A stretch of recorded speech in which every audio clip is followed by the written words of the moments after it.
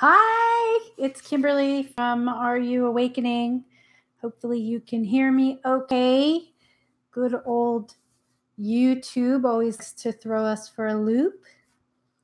I am here to talk about Lightworker Burnout. And this is a request from Remy. I'm not sure if Remy was able to make it tonight, but I promised her I would do this for her. So there's been a very long history of Lightworker burnout. We just didn't necessarily call it that because we didn't really know we were Lightworkers until recently, right? So if you're a Lightworker, welcome. If you don't know what a Lightworker is, I'll lay it out for you. Welcome too, because if you're at this video right now, it's probably because you're a Lightworker and you're just discovering that. So the Lightworker is a badass, first of all, and we have double duty on Earth. So not only did our souls incarnate with an individual plan, things we wanted to learn, things we wanted to experience, but we also incarnated with a collective plan. So we are part of a special group, special in quotes, even though everybody's equal. We have a specialized targeted interest in being a badass and helping people realize that they're the creator of their world. And the way we do that is our bodies are encoded with what the Pleiadians call filaments. Basically, we're bringing energy from above and from below, and we are energizing those filaments, which are part of our energetic DNA.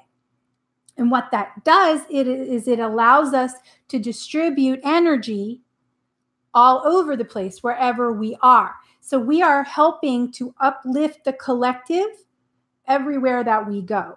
That's Lightworkers' number one purpose. Now, we may have other purposes like healing and that sort of thing, all good, all valid.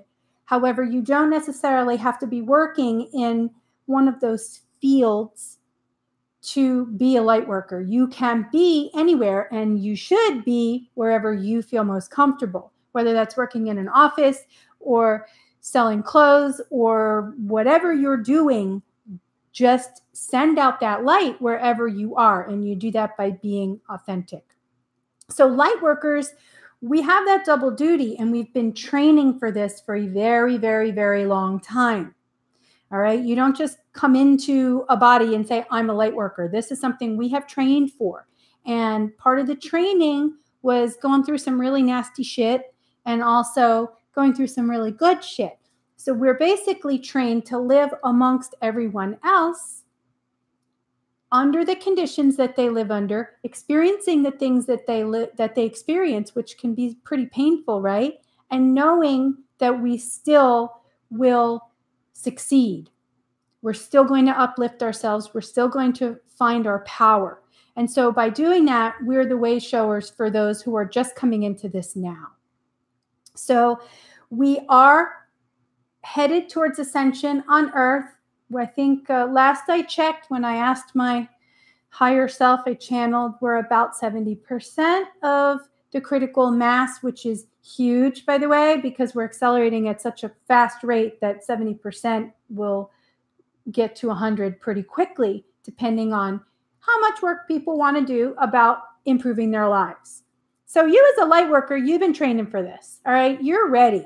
We've been ready for a long time. Half of us, most of us, maybe all of us, we didn't even know we were Lightworkers to begin with, all right? Normally when you're a kid and you're a Lightworker, you have no clue. You're just weird, right? You just don't fit in. You don't understand what the hell people are talking about, why they get so upset over stupid shit, why they would spend all of their time and effort, supporting a sports team and, things like that. We just don't necessarily make that assumption that this is what life is. We have a different view of what life is. And we may not have chosen it that way, because I know I fought it for most of my life until I realized that it's just easier to be weird, right? And you know, being weird was not such a cool thing when you're in high school, but now I do realize that it's the authentic me that's coming out. And that's my purpose, is to be the authentic me everywhere I go. So people can feel like maybe they can be their authentic selves too. That's how upliftment occurs. Okay, so Lightworkers, you may know it, you may not. If you're here, chances are you are. Okay, so there's two major things that most Lightworkers burn out about. The first one is the physical symptoms that they're feeling, and the second one is loneliness. So if I have time, I'll go into a couple more, but these are really the major ones that people are talking to me about. Now, the symptoms are, it's a conundrum, because our modern society tells you that if you feel any pain in your body, you go straight to the doctor, you get antibiotics, and you make it feel better. Okay? Well, great. But you know how I feel about that. That's part of the control thing. That's part of the you don't have the power to heal yourself thing. I'm not against doctors. I fully believe in that.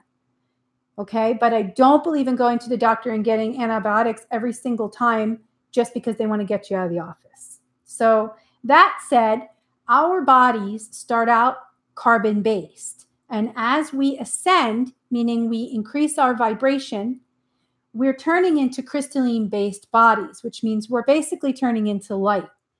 So if you're familiar with any vortexes, maybe you go to Sedona or Mount Shasta or hear of any of those areas are above crystals that are buried underground, and crystals are transducers.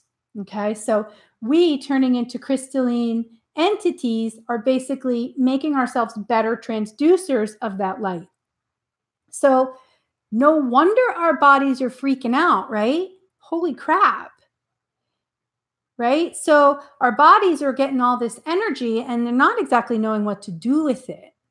And so we freak out a little bit. Our nervous systems get a little crazy. We may have anxiety. We may have something that looks like depression. We may be exhausted.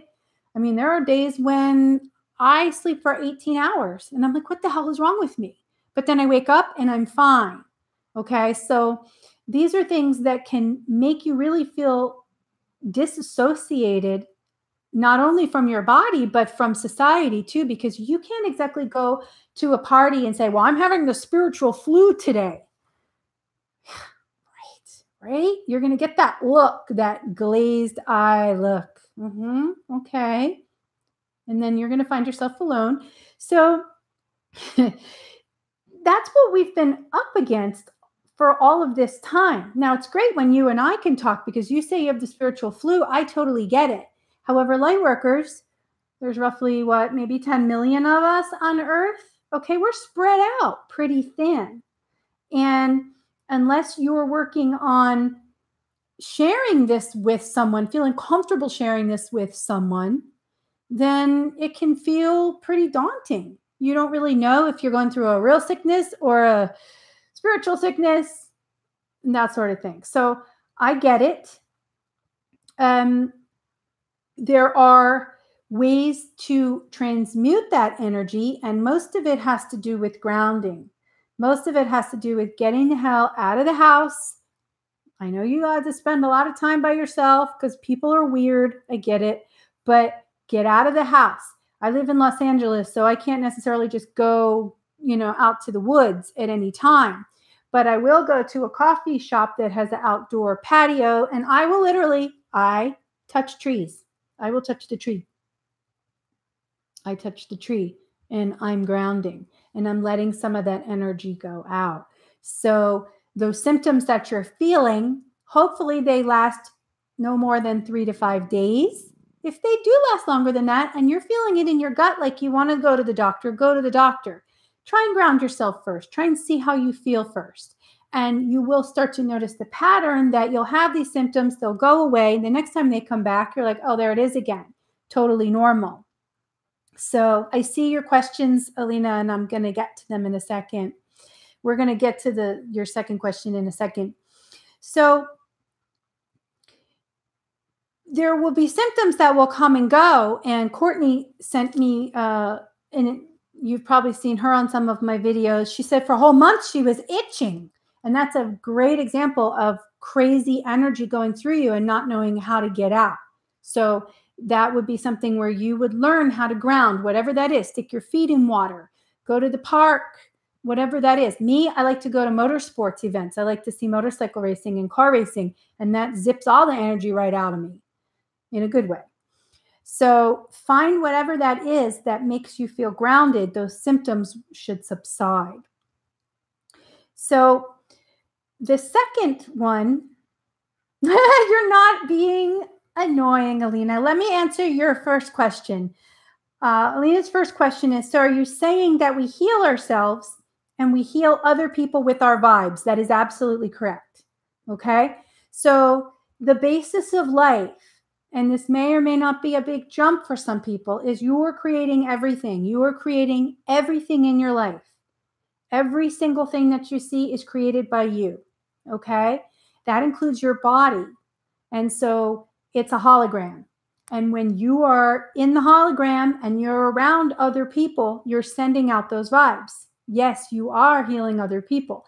Now, remember, when I say healing, healing doesn't necessarily mean what most people think it means. Healing, from our perspective, means that we're sending out energy. We're sending out positive energy. Let's make it positive, because if it's negative, guess what happens, right? We're sending out positive energy, and anyone around us who will accept it will take that energy and they will put it where they need to put it, okay? So calling yourself a healer is not the best idea. You're not healing anybody. You're sending out vibrations, and they are choosing to heal or not, using the energy that you're transmuting, that you're transferring to them, okay?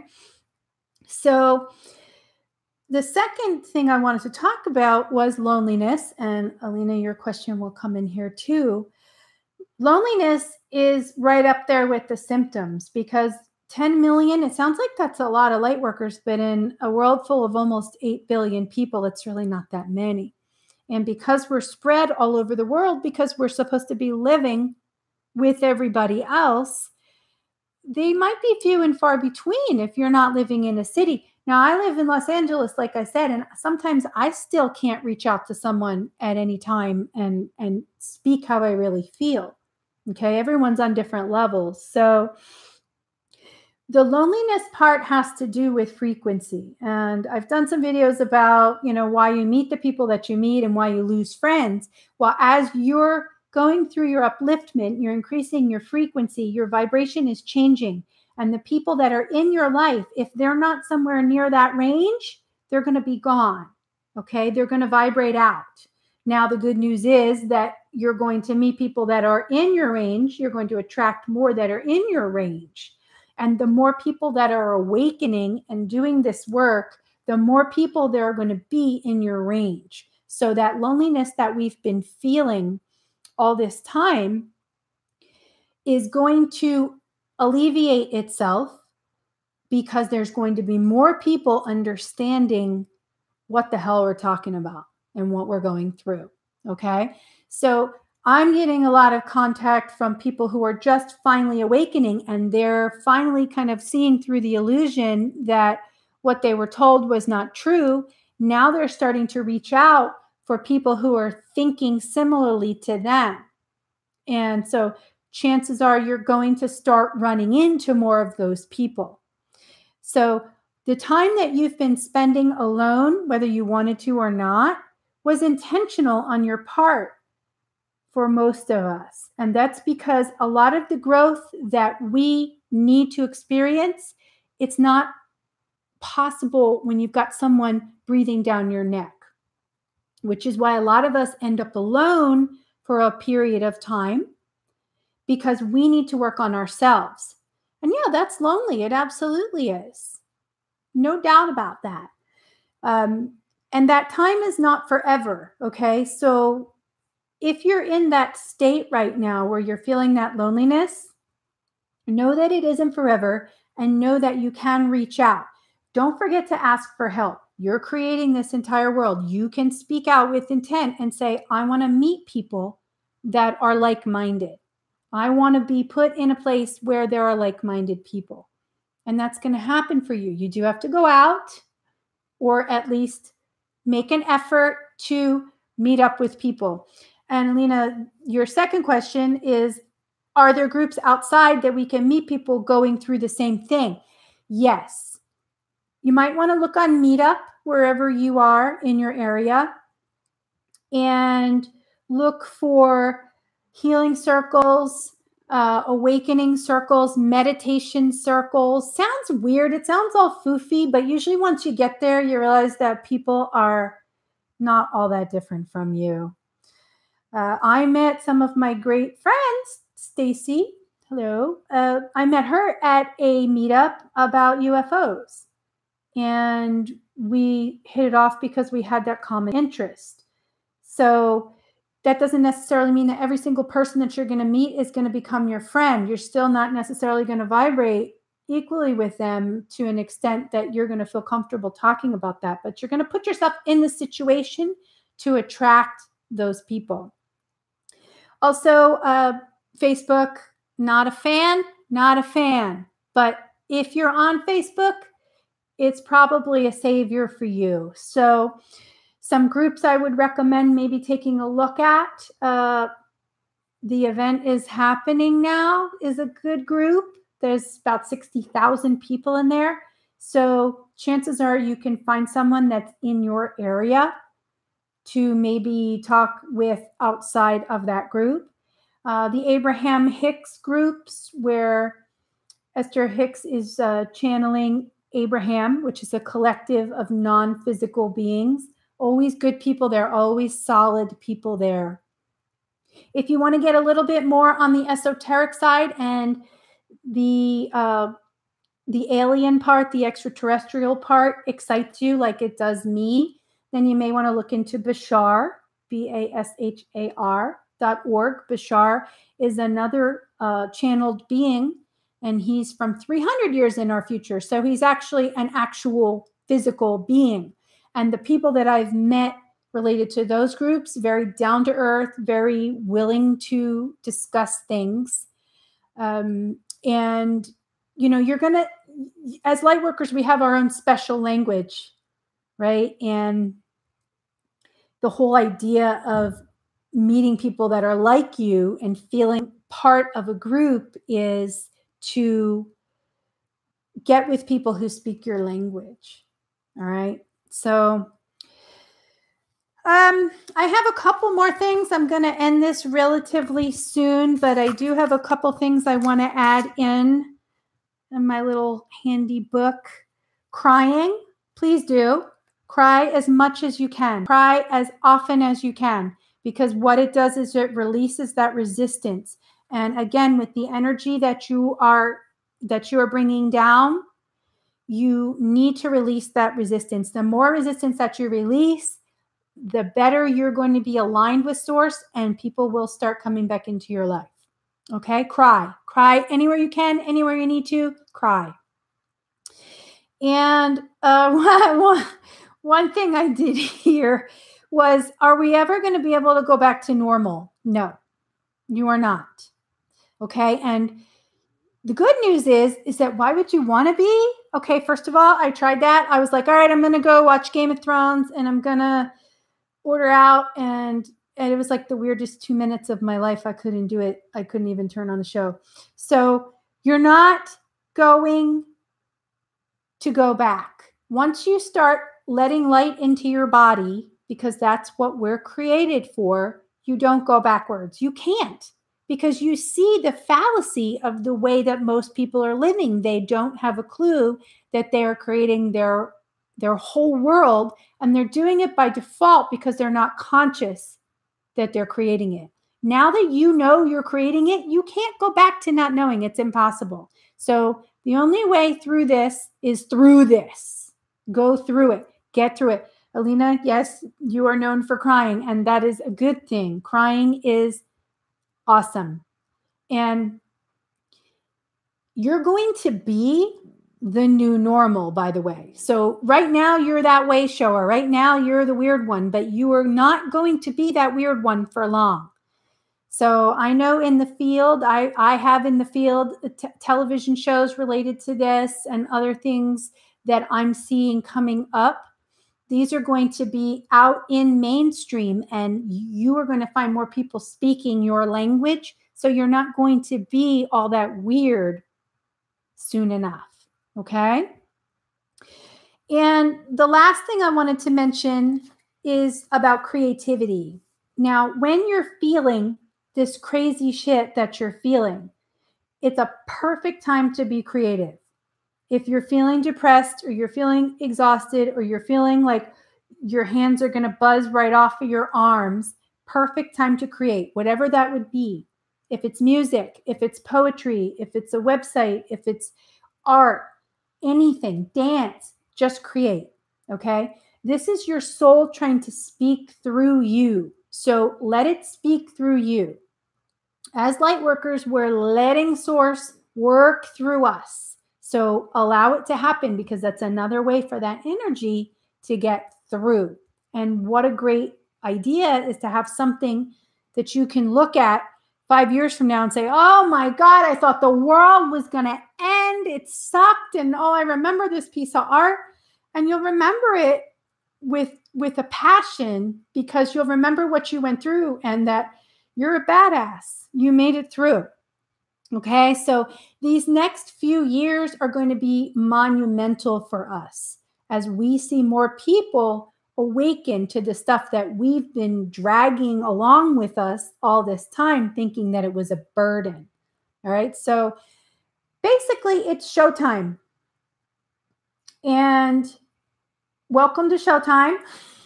It's fun. It's authentic. It's allowing yourself to be who you are. Okay, at all times. And people are going to want to emulate that. So don't hide. Okay, that's one of the biggest problems of burnout, is that people hide. I'm guilty of it too. I am. I hide sometimes because I go out into the 3D world and I don't understand why people all look exactly the same and why they all want to have the same eyebrows and the same hair and do the same thing. I don't understand that. Okay, so all I can do is be the authentic me. Sorry if I made that noise. Is be the authentic me and hope that that's exactly what source wants me to be. And that happens by feeling it in my heart and feeling it in my gut. So I'm going to end this. And Alina, thank you. You said watching you makes me feel something in my chest. It's a good thing. Thank you very much. This was kind of an impromptu live stream, and we're still just getting things set up here. There will be more. So if you have any comments go ahead and put them in the comment section. Send me a message if you want to see some other videos. I have quite a few coming up. I have one coming up on trigger messages because they're coming through, and those trigger messages are made to as soul contracts that people have basically asked me to send out at a certain time in their lives. I don't know who most of these people are, but if they're you and you feel like you want to watch a trigger message, then pick one that appeals to you and turn it on and see what happens. They're very short. So don't forget, I love you, and always be yourself all the time. Love.